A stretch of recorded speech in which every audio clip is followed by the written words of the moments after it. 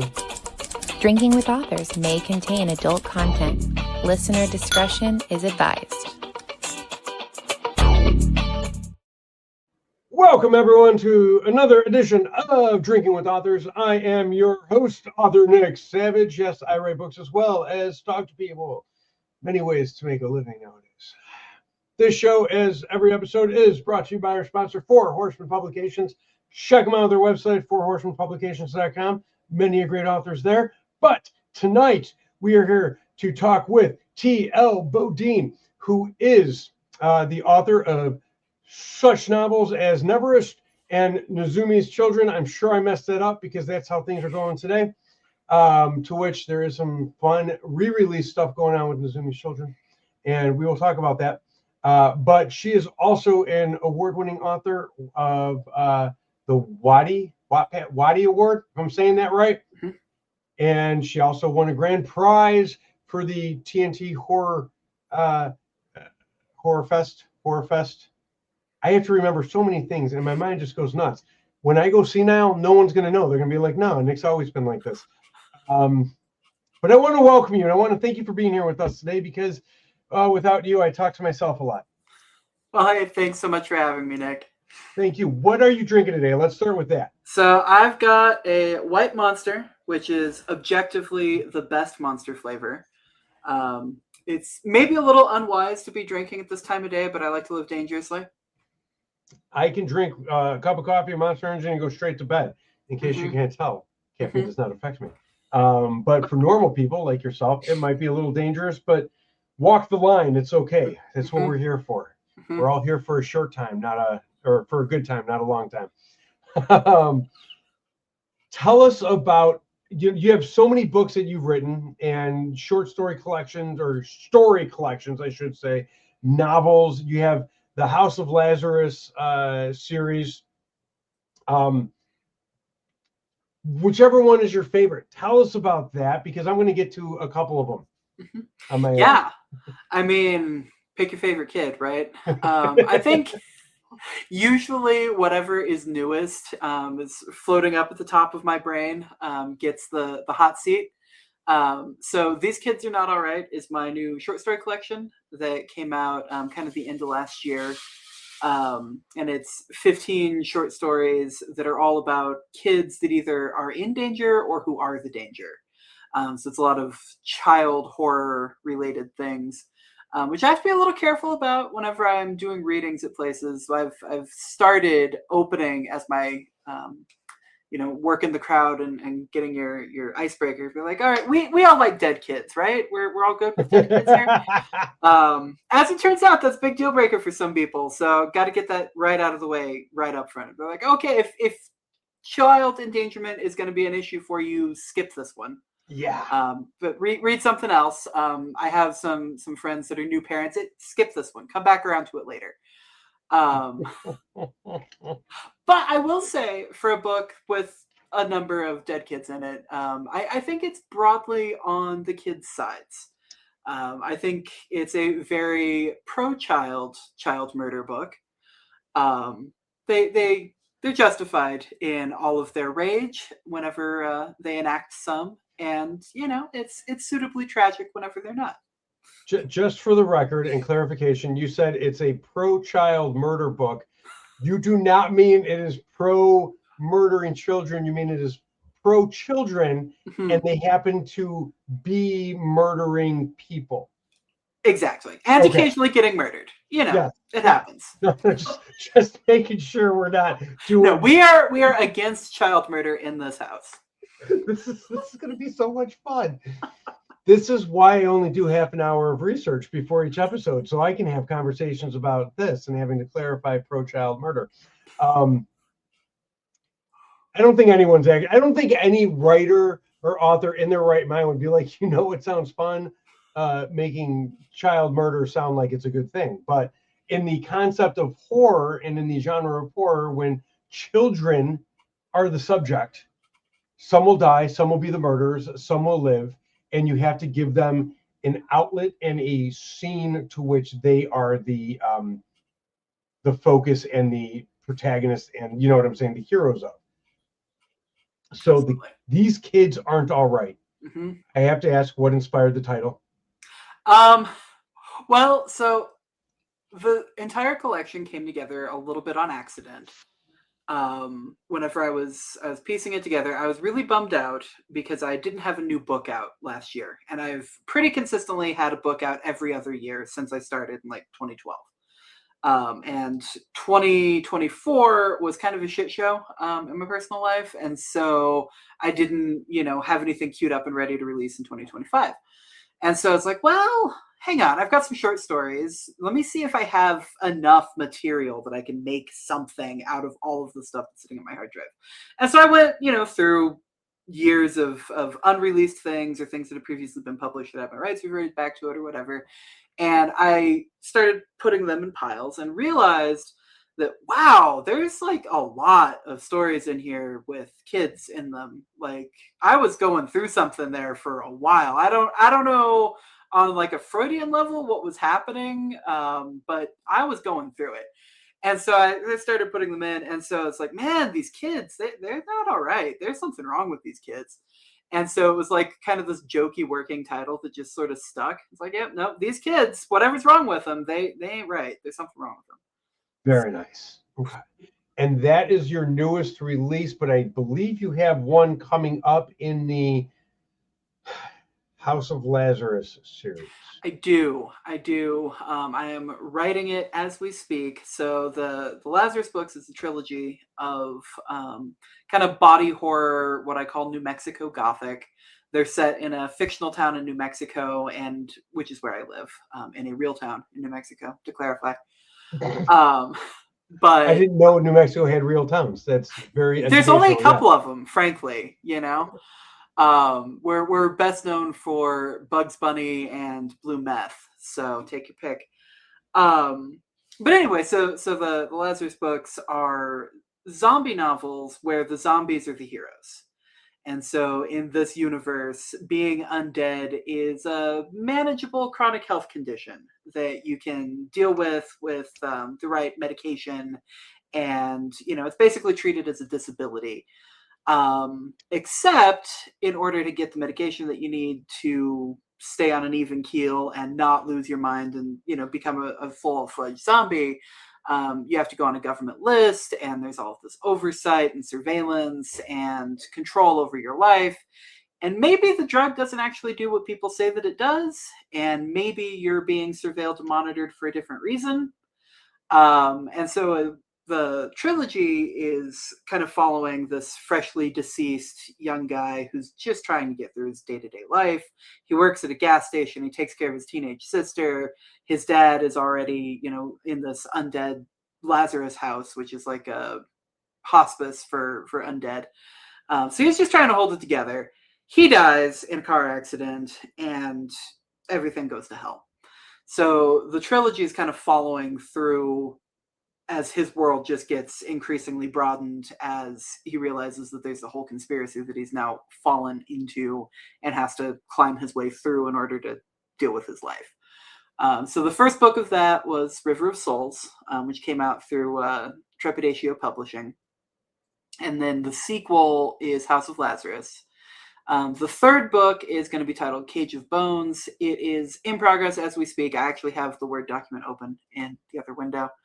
And hopefully that will be out sooner rather than later. It's been a rough go getting this book done, partly because River of Souls came out in 2019, very end of the year in 2019, and several things in these books, thematically deal with chronic illness and vaccines and pandemic and zombie outbreak and virus. Great time for that book to come out. Yeah, right before. Yeah. So there's all that, and then there's also this whole subplot with a disenfranchised group of people being rounded up and put into camps and government conspiracies and all of this stuff that felt much more speculative in 2019. Yeah. And so every time I sit down and I start writing, it's like, oh woof, this is hitting different now. But it has, at least it is very definitively allegorical, if you know what I'm saying, if not Mhm. prophetic from, that sense of everything. So Yeah, it never quite like found its audience. The first two books when they came out, there's a handful of people that have read them that are just diehard fans. They love them, and I'm releasing the third book for them. Want to finish off the story for them. What happens at that point once it gets out in the world? Who knows? It is creepy in some ways how prophetic parts of it have turned out. yeah. Maybe just because the world is kind of predictable, unfortunately. Like there was some writing you could see on the wall, and you're like, man, I hope this doesn't happen. And then years later, you're like, oh, wow, how about that? Here we are. Now, there are two things that I have to ask about, because you brought up the blue meth. Mhm. And for anyone who doesn't know at this point in life what she's talking about, in a little known TV show called Breaking Bad, the main character creates meth to pay for his cancer treatment, a show that can only ever be made in America. And it's blue meth. Do you know the conspiracy theory of the blue meth? No. Somewhere in the TV show The Walking Dead, they have a blue rock, little thing that Mhm. looks like, and supposedly it's an Easter egg, and I don't remember everything behind it. No, no, right, because Glenn delivered a pizza to that house, right? Wasn't that like part of the There subplot? was something about that, yeah. Yeah. And they actually have a conspiracy theory, fan theory, whatever you want to call it, where Heisenberg's blue meth is actually what caused the zombie outbreak that became The Walking Dead. Mhm. Now, of course, two different creators, you know what I'm saying, but there's some crossover in some of the production staff or something like that. So people actually found a way to make it plausible that the blue meth is the reason for the zombie outbreak in The Walking Dead. You heard it here first, guys. It Yeah. all starts in New Mexico. Yeah. Damn Who us. would have thunk? Besides the people who wrote The Faculty back in the 90s. And the other question I have for you is, there is a movie called Fido. Have you seen it? No. It's a comedy. Okay. And it's kind of has some elements of the House of Lazarus series, where the zombies get a collar put on them, and then they do menial jobs, but they have to have the collar on them, and they're on chains and everything like that. But it's a comedy, and it's a low budget comedy, like low budget effects.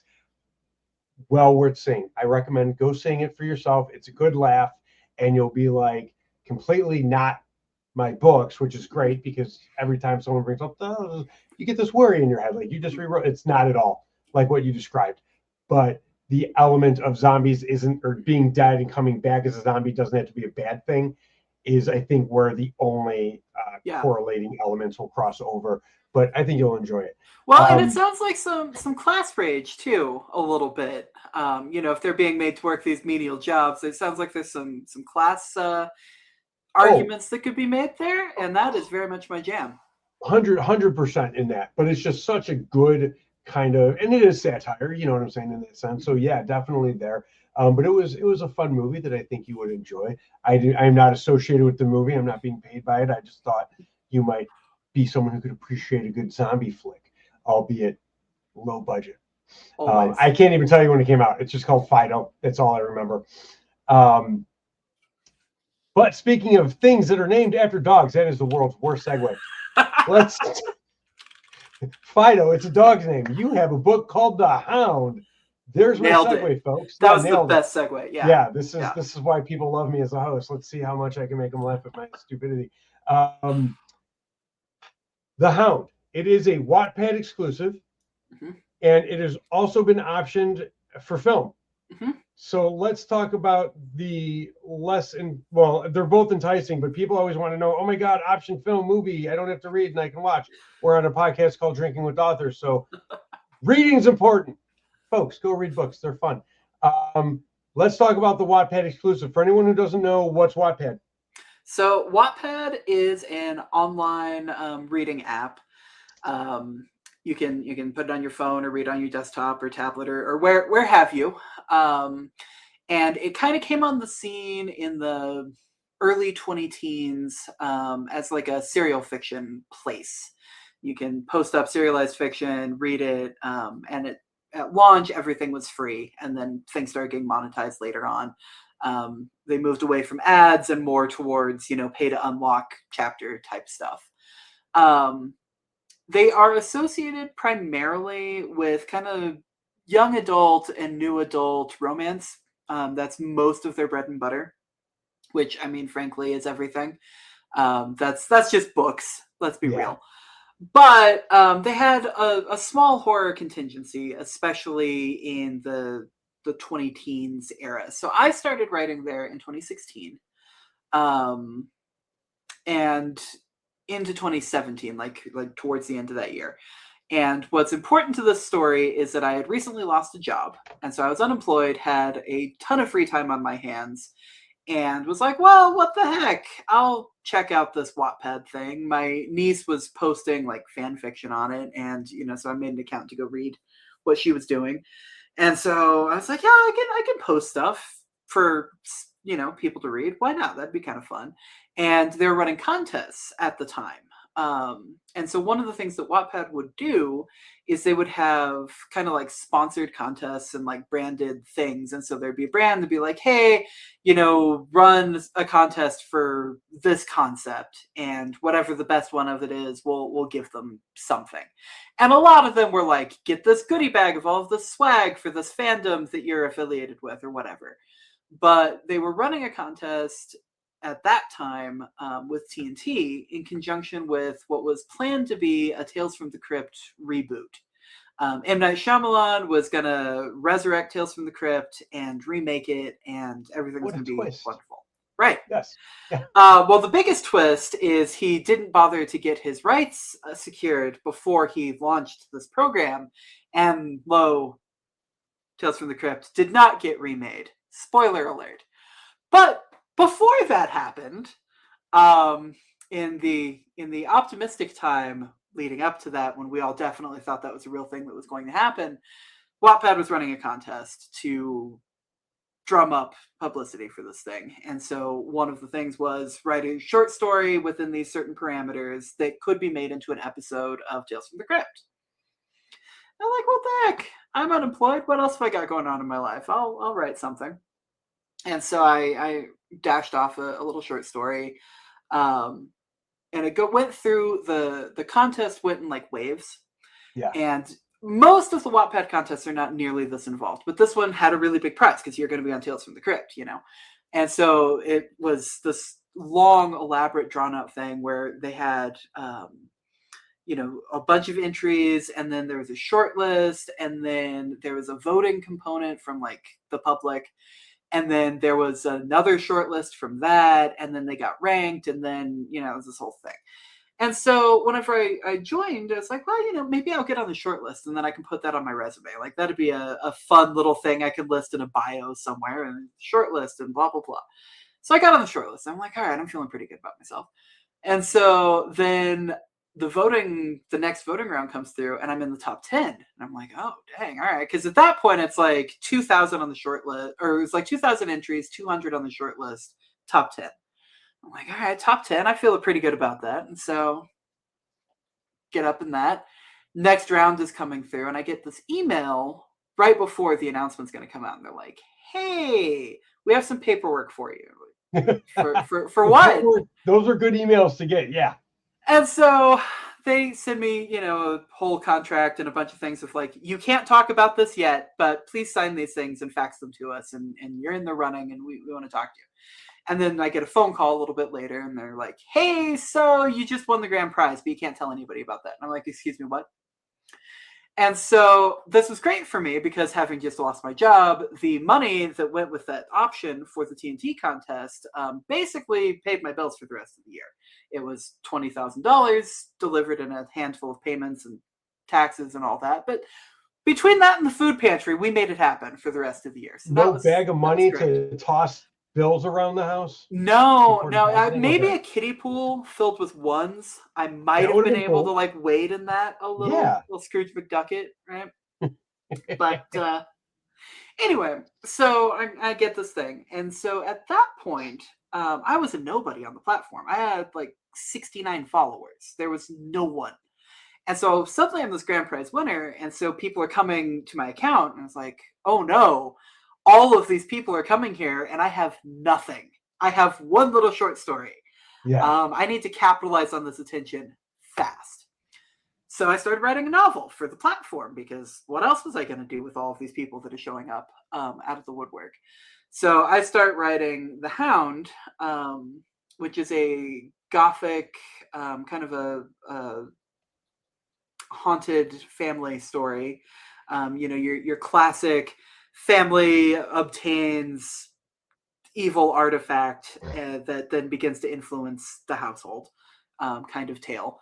The twist here being that the evil artifact in question is a taxidermied dog who may or may not really be dead and may or may not actually be a dog. He might just be pretending on both counts. And the couple in question is a lesbian couple, kind of newlyweds. They've been together for about a year.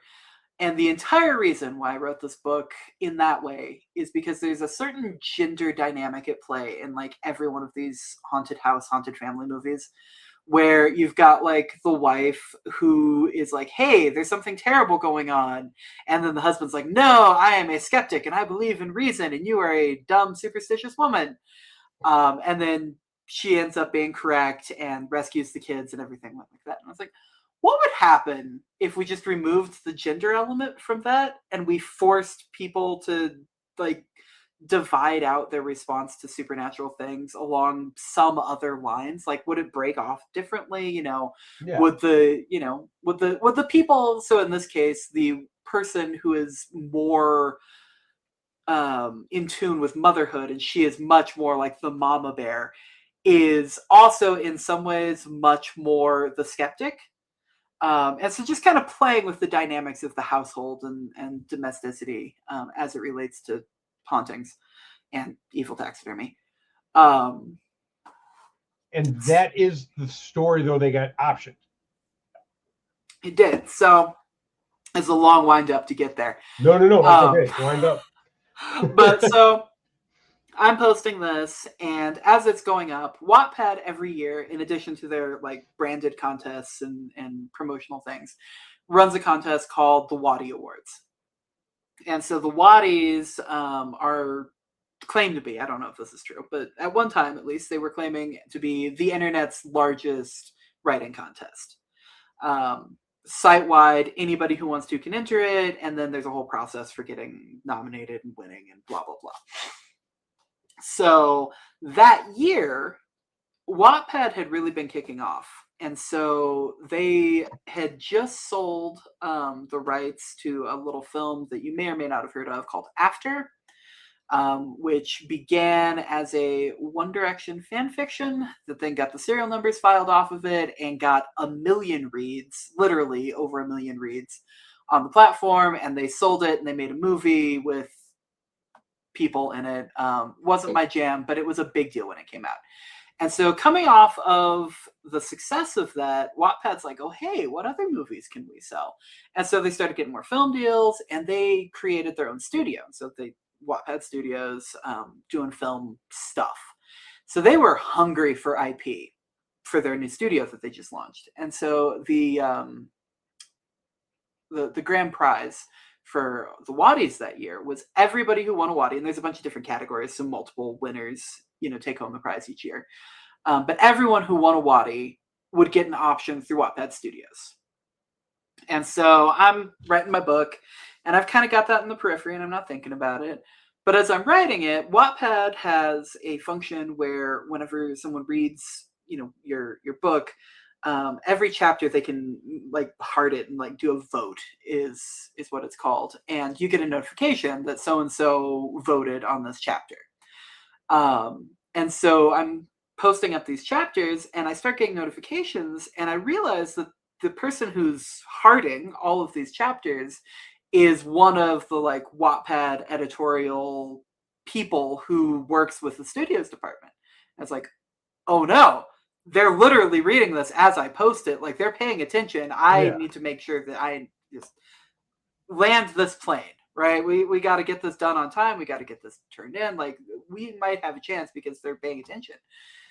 So I finished the book in a mad dash. I literally had a marathon writing session with a friend of mine where we stayed up 18 hours straight to finish our respective projects that we were working on. There was some energy drinks involved with that. Get that knocked out, submit it to the Waddies, win the Waddy Award. Again, phone call, paperwork that I had to sign, couldn't tell anybody what was going on. Here's your film option. Here you go. Like, all right, this is really cool. So then everything was great, going great out the gate. I got a script that I got to review, which was super weird and very cool. They're shopping it around to directors. They talked to some people. I had a few phone calls with their producers. Like, we were rocking and rolling. And then production hell being what it is, in quick succession, you had COVID and the strikes. Yeah. And then the election, and Wattpad is a Canadian company. So everything that could possibly have gone wrong in the interim has gone wrong. But they still send me quarterly. I get emails, give me updates on, what they're doing and who they're shopping it to. And they're really excited. And every year they renew the option and cut me another small check. And they're like, yeah, we're definitely making this movie. And I'm like, I totally still believe you about that 8 years later. But maybe someday, perhaps, there will be a film. From a Hollywood standpoint, there are endless amounts of scripts and only a handful of them get made, and they do option, you know what I'm saying, because there's always something, some producer is going to want something that no one has thought of, seen before, heard before, from someone who isn't, you know what I'm saying, the big name director or the big name at the moment, because there's always a new shining star. So there is something to believe in them that they are shopping it around, because otherwise, why would they be cutting you a check every year? Right. But it is nice to know that the options are 1 year options, with them getting the first option to, or the first dibs on upping the option. So if they're holding the option for The Hound, I'm assuming the other option has lapsed on the M. Night Shyamalan Tales from the Crypt. Yes, that is dead in the water, as far as I know. What gets me about M. Night Shyamalan, and I love his movies. I know he's either a love him or hate him director. The ones I've seen, I really like. There's a few I haven't seen. Why, if he didn't get the rights to Tales from the Crypt, why not just come up with a new name? All it is a short story, horror form. Tombstone Tales or Tombstone Stories, or I could not figure that out either. Like, come up with a new name. I feel like I might be wrong about this. I feel like he did launch another anthology series, but it was on like Apple TV or something, and no one watched it. Oh, that's sad. So I feel like there's just a series of poor decisions that got made cascading down there. And I don't want to make a joke that might cost me a sponsorship in the future. We are looking for more sponsors. But I know that some people have struggled with Apple TV and stuff like that in the past. But I know people who are absolute Apple TV fans. I don't know them. I'm honestly, when it comes to watching TV, give me Roku and oh my God, what the hell's the other one? The free ones. Tubi, they have, like, right? Tubi, yes. Yep. Oh my God, love Tubi, love Roku. We have Amazon Prime, but that's because we have the Amazon membership. You know what I'm saying, for the free shipping. But otherwise, we gave up all the other ones years ago because they're just too expensive. And here's a conspiracy theory for you. So we've got one of those Fire TVs, right? The smart TVs that have the Amazon Fire in it. I got it for a Christmas gift years ago. Great TV, but Tubi will not run on it. And I'm sure this is some collusion thing. You load up the Tubi app, and you start watching it and everything is fine, and it has the first commercial break and the app crashes and you can never get it to restart. That might be done on purpose, and I can't speak, but I can plan conspiracy theories because of competition and the way that they allow the market to be quoted as a free market while really being a monopoly. Because in the UK, and the only reason I can make this association, it's a far stretch, but Adobe Photoshop and Adobe and all their products where the PSD files can only be opened by Adobe, in the UK, the government ruled that as monopoly and said you either have to allow other files to open PSDs or other programs to open PSDs, or another program has to be created that can open PSDs, and at least one. And so a program called Fire Alpaca was made, and it's a free version with optional upgrade, but a free photo editing software that can open Photoshop documents and all their layers, whereas GIMP in the United States still cannot open the Photoshop documents and stuff like that. So it might have something to do with those kind of laws that in the US are a little more business friendly than consumer friendly. But if that's giving you issues, try the OnSticks, ONN. It's like a Fire Stick. You plug it into your HDMI cable, but you get the Tubi, you get the Roku, and any other streaming network you want and stuff like that. And even Paramount works pretty well on it, which is notoriously a horrible app. But we love it because of NCIS. Again, I'm not paid by these shows. I just really like NCIS. But yeah, but I know that Tales from the Crypt would have been a cool thing to. I think any writer would love their stuff. Well, any horror writer, I'm not sure about romance writer, but any horror writer would love to have their stuff in Tales from the Crypt, which I did spend a hot second of my time trying to remember what Tales from the Crypt was called before it was called Tales from the Crypt. And I can't remember now, and it's going to drive me nuts until we're done with this and I look it up. So if anyone watching knows, type it up in the comments, leave a comment with what it was called. But that just would have been a fun time. Now, Nezumi's Children. Am I saying that right? Nezumi's Children? Yeah, I think technically it might be Nezumi. Like the emphasis goes on the first syllable because it's a Japanese name.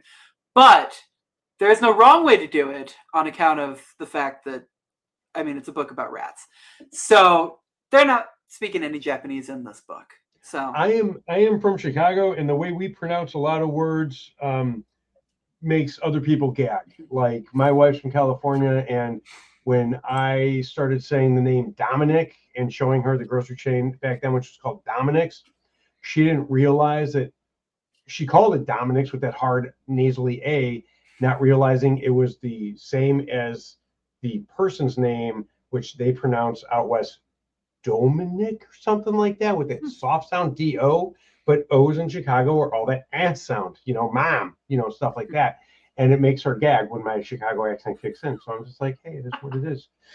But Nezumi's Children tell us about that, and tell us about the everything you put in there that I'm going to ask you. You know what I'm going to ask you. I'm going to let you talk. Tell us all about it. Okay. Yeah, fantastic. So Nezumi's Children is how to describe this.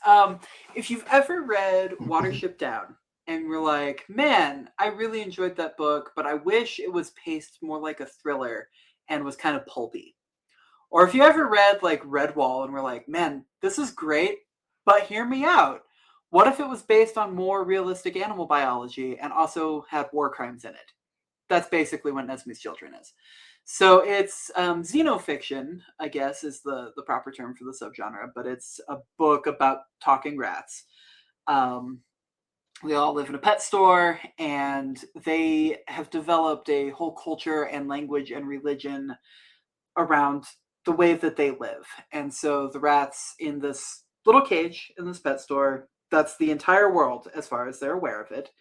And their life's purpose is to get in good with the great ones who open the sky and bring food and blessings to them. And every so often, if they favor you, they will take you out into the beyond and presumably a good thing will happen because you never come back. So it's a blessing. Yeah. So this is the world that they inhabit and that they live in. And Nezumi or Nezumi is this rat who had gotten taken from the pet store into the beyond, but then returned because the people that adopted her were a couple college students and they couldn't keep her and they realized they didn't want her. And so they dumped her back at the pet store. And she is pregnant. They insist that they had nothing to do with that. They definitely did not keep her around any male rats that she might have gotten impregnated by. The pet store screwed up. But regardless of what happens, she comes back, has this litter of babies that are now all in the pet store trying to be sold by the guy who runs the pet shop. So they are the children. And so she has, they're what the rats call an usuthi, which is like a seer, someone who knows things that they're not supposed to know. And so she has this premonition that something bad is going to happen and tells them they need to get out before, the big water comes, and no one has any idea what this means. But some of them take her at her word and try to figure out a way to escape their cage, not knowing that there's a world that exists outside of it. And so there's a flood that is happening out in the real world that would have drowned them all if they had not gotten out of their cage because of the way the display is. So they managed to get out, survive this flood, but then are faced with this cosmic horror apocalyptic scenario where they just realize that the world as they know it is this tiny little piece of this enormous universe that operates by rules that no part of their religion or culture can comprehend. And also there's other rats in the world, which they had no framework for understanding. So there's these wild rats that are infesting, the foundation of this pet store. And they have their own opinions about what should happen to this now seemingly abandoned store. So there's this whole drama that's playing out in this pet store between these two warring factions of rats. And then occasionally we cut away to what the people who run this pet shop are doing because they're completely oblivious that they are held as gods by these tiny sentient creatures. Yeah. It's ridiculous. This book is a wild swing. I wrote it back in, I think it came out in 2013 originally. And the reason why I wrote it is I'm a big rat lover. I've done rat rescue for years and years. 22 years I've been doing rat rescue now. I love them. They're my favorite animal. And I had been involved in 2011 or so with kind of a big nightmare hoarding scenario where the animal control people called me and were like, hey, we have hundreds of rats that we are pulling from this home because the person who kept them didn't separate their boys and their girls and then just let them roam free, I guess, or maybe they escaped. I don't know how this happened. Yeah. But somehow generations of rats had been interbreeding in this person's house. And animal control got involved and was scooping them up by the bucket full. And at this point, I was living in a 2-bedroom apartment. Like, I couldn't take 200 some odd rats. But I knew people. I had a little bit of a network. And so I posted on some web forums that I was part of, and I called some people that I was friends with. And through a weird series of events, actually got in touch with a rescue in Canada that was able to take them if we could get them transported to Canada from Albuquerque. And so that seems like an impossible challenge, but as it worked out through a number of people who were willing to do a little rat train and pick them up and, you drive them to this point, we pick them up here.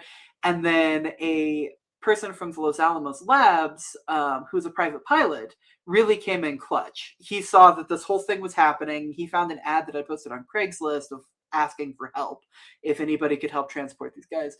And so he literally calls me on the phone and he's like, hey, this is going to sound insane, but I have an airplane and I have family in Washington.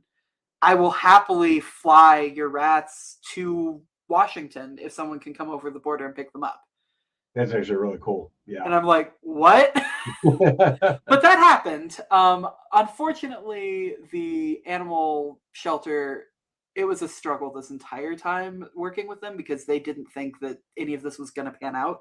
Yeah. So they were panicking and they thought I was a crazy person because the pitch sounds insane. Yeah. Like, yeah, I have a private pilot from Los Alamos who's going to pick them up if you can just hold them for a little while. So we were only able to rescue 42 of the 100, 200 or so. Others got adopted out and other things happened to some of them. But we rescued 42 of them. And that was a big deal for those 42 rats. So I have a strange question on topic of rats, but it's always been something. And I know I could, in today's day and age, anyone could look up information on the internet, do a bit of research and find out for themselves. But growing up in a time before Google and everything like that, the before Google time, I like to wait till life presents me with an option to ask someone. I am a huge fan of the show Friends. Mm-hmm. And there is an episode where Phoebe and her boyfriend, Mike, played by Mike Judd. Mike Judd? God damn it. Whatever. I can't think of names right now. But Phoebe's boyfriend, she has a pet rat. And they are all kept in a box. And her boyfriend says rats don't care that they're related. They're more of a love the one you're with kind of animal.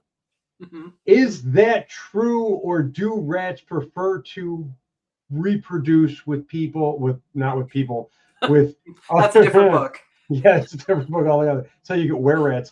Do rats prefer to breed with other rats that aren't related to them, or are they a love the one you're with kind of animal?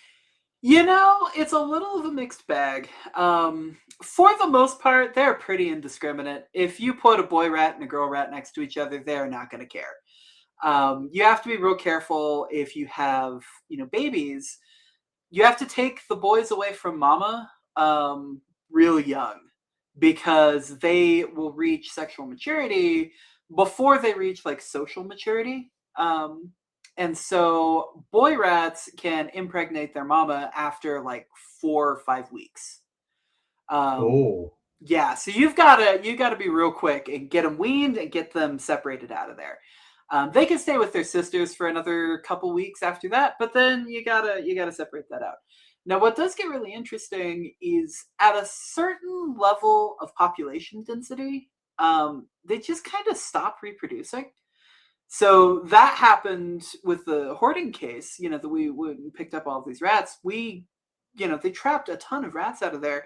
They were all about the same age. Like they had reached a certain population density and they had just stopped reproducing.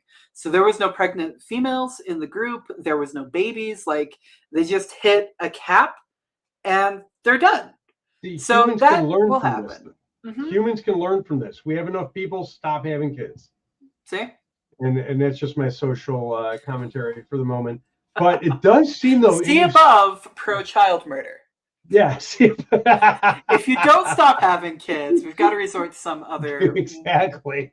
It does seem though that Nuzemi, however it's properly pronounced, children, does hold, as much as you say it was a wild ride, it does seem like it holds a lot of, I don't necessarily want to say satire, but social relevance into how we look at things in our worldview versus the entire worldview and what we know versus what's actually out there and stuff like that. Absolutely. It's very much a book about religious trauma. It's a book about what happens when everything that you grew up believing you can no longer believe in, and how do you figure out what to do next? Yeah. I have a lot of fun with that kind of like xenofiction. Like it's a subgenre that I love. And one of the things that is true about this book, and its re-release, which I'll get into here in just a second, but there's not that many people. Like the audience, the target audience of this book is very small. But the people that are in that target audience are ravenous for this because there's just not that many books that scratch that particular itch. You know, like mature, adult oriented, not like in a sexual way, but just like in a blood and trauma kind of way. Thank you for not writing rat porn. Yeah, it's a different thing. Catch me for Drinking with Authors after hours for that now. But no, there's not. Most people assume that if it's a book with talking animals in it, that it's going to be, you know, Beatrix Potter and it's going to be for kids and super wholesome. And this is not that. There's there's content warnings in the beginning of this book for cannibalism and animal death and violence and sexual assault, like all of the things. There are war crimes aplenty in this book. Your trigger warning page just says all of them. Just yes. yes, trigger warning. Many. Oh my god. So what is the content that's being added to this? Yeah, so the book, whenever it came out, it had a small little splash, a handful of people read it, and then it just didn't sell for years and years.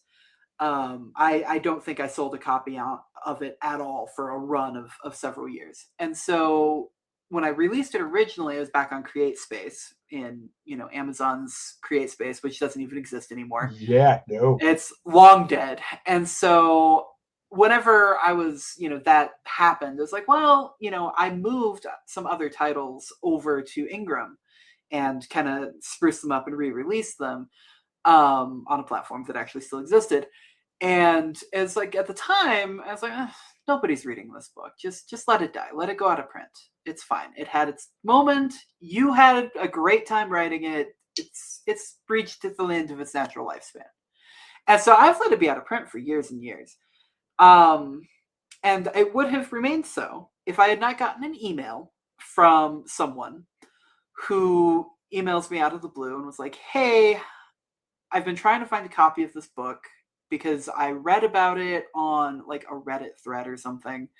And my girlfriend is really into xenofiction and she loves rats. And I think she'd really love this book, but I can't find a copy of it anywhere that's not from like a scalper on Amazon selling it for like hundreds of dollars. Yeah. Do you have an author copy that I could buy from you? And so I get this email and I'm like, one, awesome.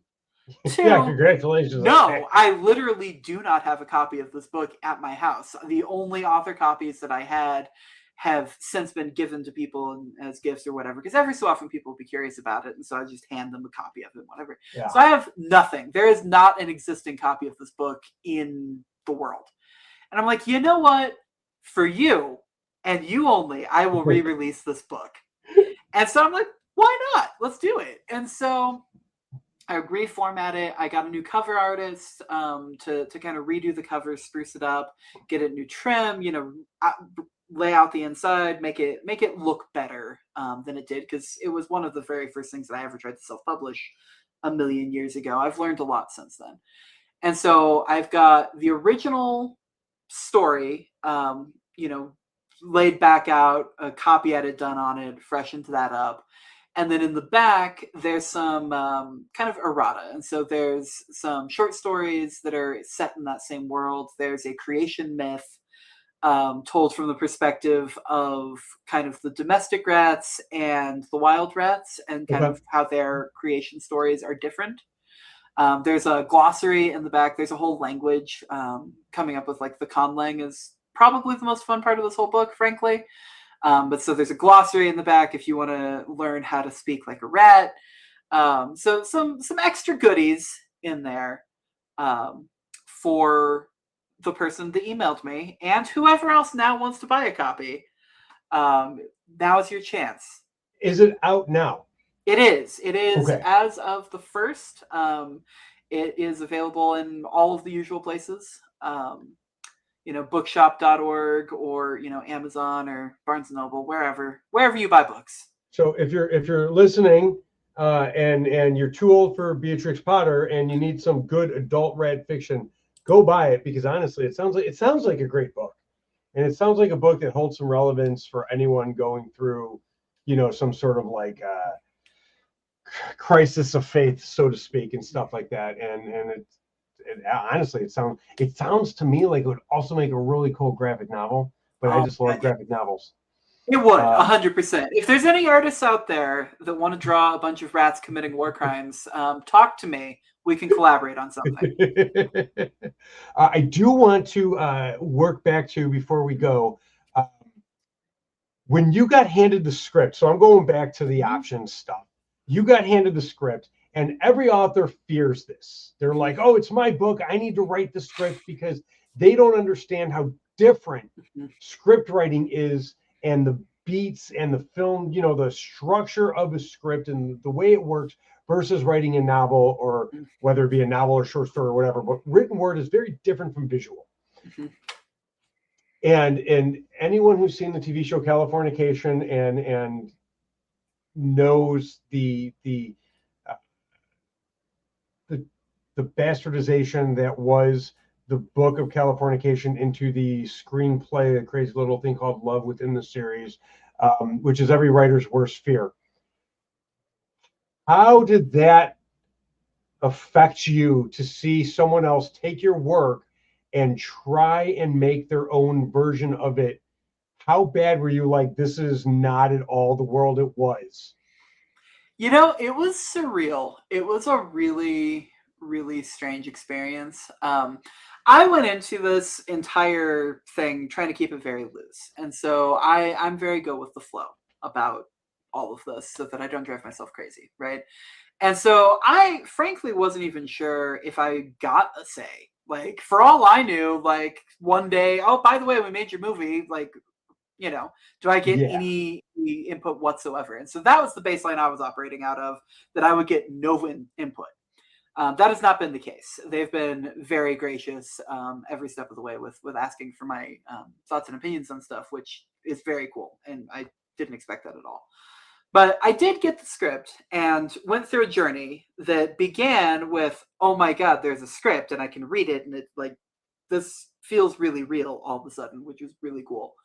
And then reading it and then like envisioning it in my mind. And so I feel in some ways like I am the only person in the world that's watched this movie, because I've like seen it in my brain. And so in the theater of my mind, I have watched this film.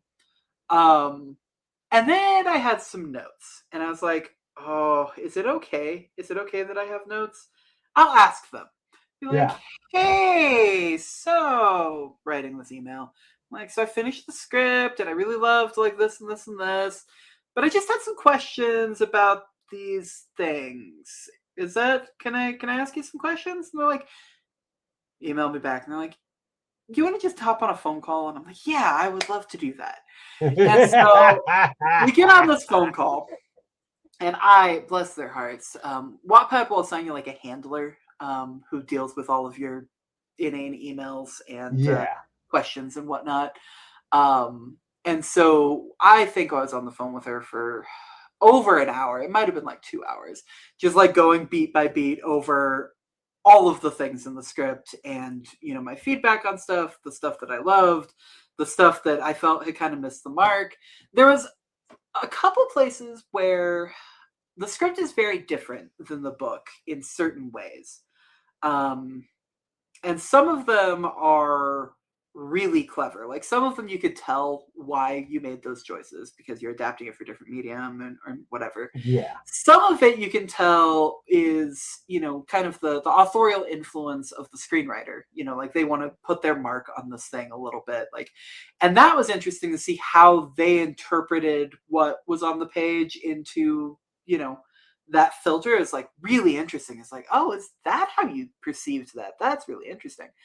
And then there were a couple places that kind of missed the mark, in my opinion. There's only one thing in the entire story that I was a hill that I would have died on. And so we had a whole drawn out conversation about this one very specific plot point that to anyone else probably would not have made any difference. But to me, it was like the entire thematic core of the book. that if you get this one thing wrong, then It ruins everything else falls apart. Yeah. And so we did all the feedback, and I sent them several pages of kind of line notes. And last I heard, they have a different screenwriter completely redoing the script anyway. So who knows? Maybe we'll get to redo that process again. But, which is par for the course. Yeah. Yeah. And the reason being is that they're still shopping it around, and they've tried the screenwriter for so long. They're like, yeah, this guy's fired. Let's get a new guy in the script and stuff. Yeah.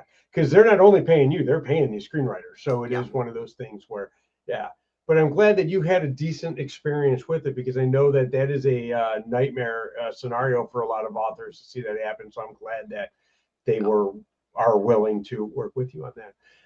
But that being said, besides Wattpad, which we can find you on and subscribe and do everything that Wattpad allows you to do, I am not overly familiar with Wattpad myself. I'm going to remedy that soon, I think. Where can people find you? Where can everyone listening to this find you at and go start buying your books and consuming? Yeah, so I am slowly retreating from many of the public spaces, which will probably be the death knell of my career, but YOLO. But you can find me on Blue Sky and on Tumblr, TL Bodine at both. Wattpad is also TL Bodine. I'm not super active there anymore, but I do have The Hound up for anyone who wants to read it. And I've got some stuff there that's free to read as well. So you can sample some stuff that way. And then my website, tlbodine.com, has all of the links to anything else you could possibly ever want in your life. Very nice. Thank you. And I always ask this as well. What is one piece of writing advice you would give to an aspiring writer? So I think my number one piece of advice is a little bit of a cop-out, but it's true. It's real. I think you have to get out there and do things and have experiences and form opinions and, get out in the real world, get out from behind your keyboard every so often.